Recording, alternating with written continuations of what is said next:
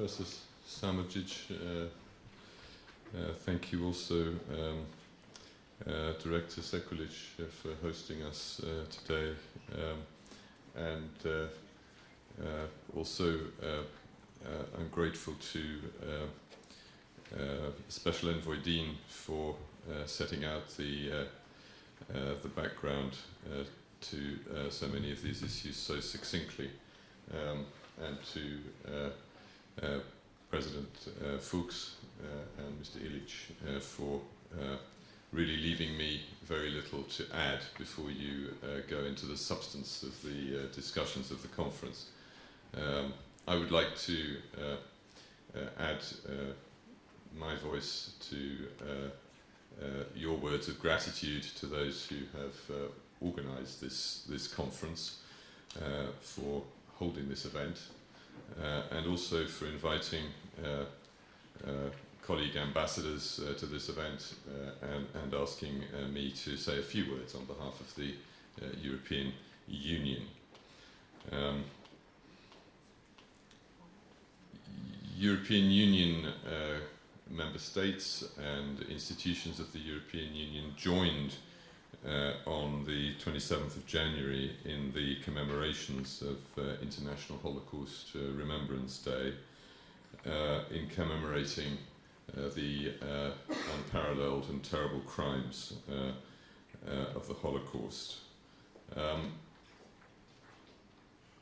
This year, that commemoration held special significance and resonance, coinciding as it did with the 70th anniversary of the liberation of Auschwitz-Birkenau concentration and extermination camp. And I think we can never do enough to ensure that those who suffered and perished during the Holocaust are never forgotten. And nor should we forget the daily struggles of survivors who carry with them the pain of those experiences, but also memories that can constitute a very vivid lesson for all of us and for future generations. This year's commemoration took place in a somewhat sobering context, not least with recent terrorist attacks, including in the centre of Paris, which are a grim reminder that the violent expression of anti-Semitism is still with us.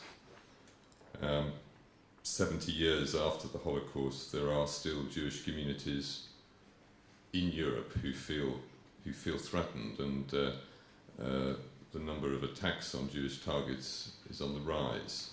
So today, more than ever, it's not actually enough just to say never again.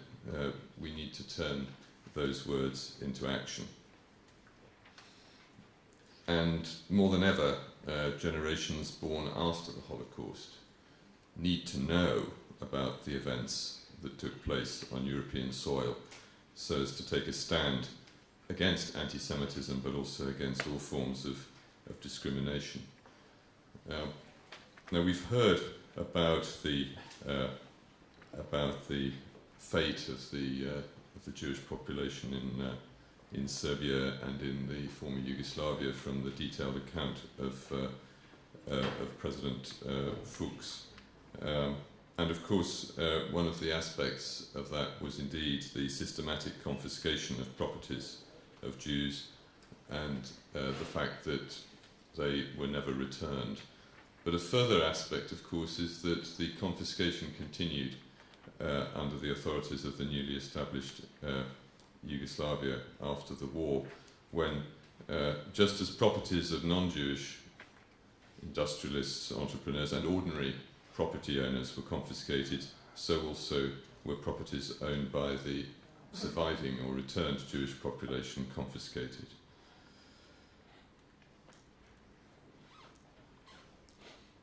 First steps on the path of restitution of properties confiscated during that dark period were taken some years ago, but it was not until 2011 that the law on return of confiscated properties and compensation was finally adopted in October 2011. And of course that law established the Agency for Restitution to implement the restitution process. Despite the many obstacles to its work, I believe that the agency has indeed, as we heard from Special Envoy Dean, more than justified its existence. There have been thousands of opinions and first instance decisions on the return of properties, and the return in kind of confiscated properties is now being implemented, and this, as I understand it, does also include the return of some properties of Jewish owners that were confiscated after the war. And I think that Director Sekulic and his colleagues are indeed to be congratulated on what the agency has achieved and is continuing to achieve in this area. As we heard, Article 5 of the 2011 law explicitly provides that Serbia will pass a special law to address the restitution of heirless Jewish property. That legislation has yet to be drawn up. The European Union played something of a role in encouraging Serbia to adopt satisfactory restitution legislation 4 or 5 years ago, indeed shortly before the award of EU candidacy to Serbia. And the European Union and my delegation here in Serbia is, of course, following very closely the further implementation of that law. But I think it's very encouraging that we heard this morning from President Fuchs that the working group which was established to start drafting the law, which met something like just over a year ago, I believe, has restarted and re-energized its work in recent weeks, and has indeed met with the participation, as I understand it, of relevant government bodies and with the agency. And I think it's very important that that this new momentum is built upon. And I think the renewed commitment from the Serbian government to taking this forward and redoubling the efforts to produce a law which can bring justice in this area is very much to be welcomed.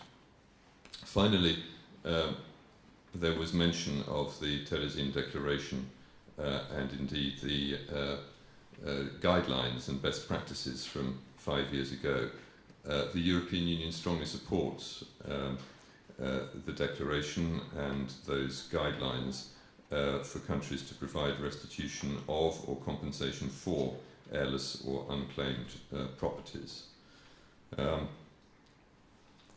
And I think it's also very important in that context to say that there is potential here for trying to ensure sustained attention to these issues, for example, through the commemoration of